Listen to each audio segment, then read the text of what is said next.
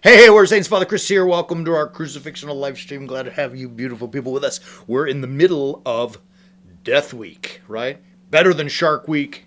It's Death Week. We're talking about death because, you know what? It's a thing that is horrible and nobody likes or really wants to talk about, yet all of us have to come face to face with it. And why not? I mean, what better way to come face to face with a horrible subject than publicly online with everybody out there? So let's just do it. We're going to go for it with you. One of the things we started with was, when I had to confront it with the design of my own trust.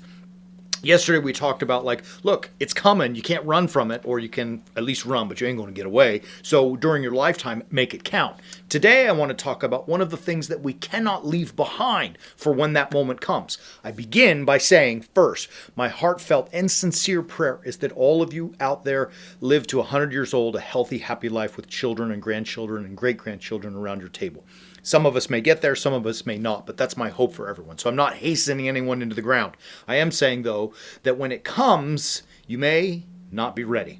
So what is that, Father Chris, you're talking about that may prohibit us from being ready? And that is having estrangement or conflict with another person, right? And it's a big one because in the environment of the world today, everything is so cancel-y culture, where I'm not talking just about from the public scene. If someone pisses us off, we cancel them from our lives, right? It's easy to have a grudge, and even easier, as corrupt as it may be, to hold on to that grudge so that we are at odds with one another. You know it, I know it, we've all experienced it, we've all been the culprit, we've all been the victim of estranged relationships. But one of the things that we must not leave this life is with someone angry at us. Right? And needless to say, for us to be angry at someone else. In Matthew chapter 5, now this is smack at the beginning of the Sermon near the beginning of the Sermon on the Mount, which is Jesus' most powerful teaching. He's the new Moses giving the new law, seated on the mountain, and he gives us Matthew 5, 6, and 7, the Sermon on the Mount. And he says, if you are going to make your gift or bring your gift to the altar, you're going to make an offering to God, and you get there and you realize that your brother has something against you, stop. Leave your gift, go make peace, then come make your offering. Look, for those who are, Orthodox Christians or Roman Catholics, some Protestants also understand, but even everyone will understand whether you're part of a high church or not. It's to say, you're coming to make your offering, i.e. communion? Nuh-uh. Go make peace first, then come and do that, right? Pretty rough. I mean, we often think that I have to take my Holy Communion so that I'm guaranteed to get into heaven, right? Be careful, right? If you take communion and you're not at peace, the monster, right? Judgment. I mean, that's what Paul says in 1 Corinthians as well.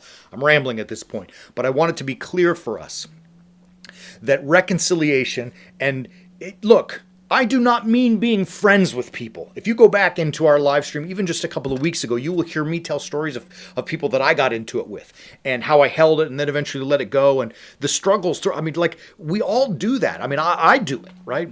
It's hard because you're people and people are different and we think different, we act different, we talk different, and we do different things. And some of those things that are different upset us. And then we tend to go at odds. This is really kind of how I started with that whole, I'm canceling you from my life. You don't have the right to do that as a warrior saint because he said don't do it, right?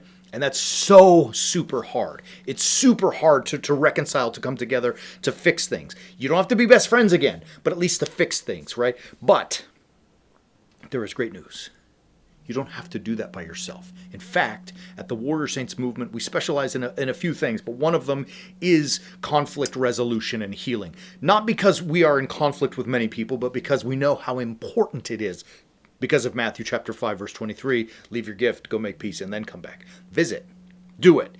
Death is coming, man. It's real. You may not like it. You may want to avoid it. You may be like an ostrich and want to hide your head in the sand from it, but it's coming. No matter what you try to do, as healthy as you are, as good as you eat, as much as you exercise, it's coming. Hopefully long, but it's coming nonetheless. The challenge for all of us who face these confrontations, how do we heal and reconcile so that we can stand before the Lord when that day does come and say, I did my best, Lord, to make peace before I made my offering. We're here to help you. WarriorSaints.org. Subscribe to the Way of the Warrior Saint.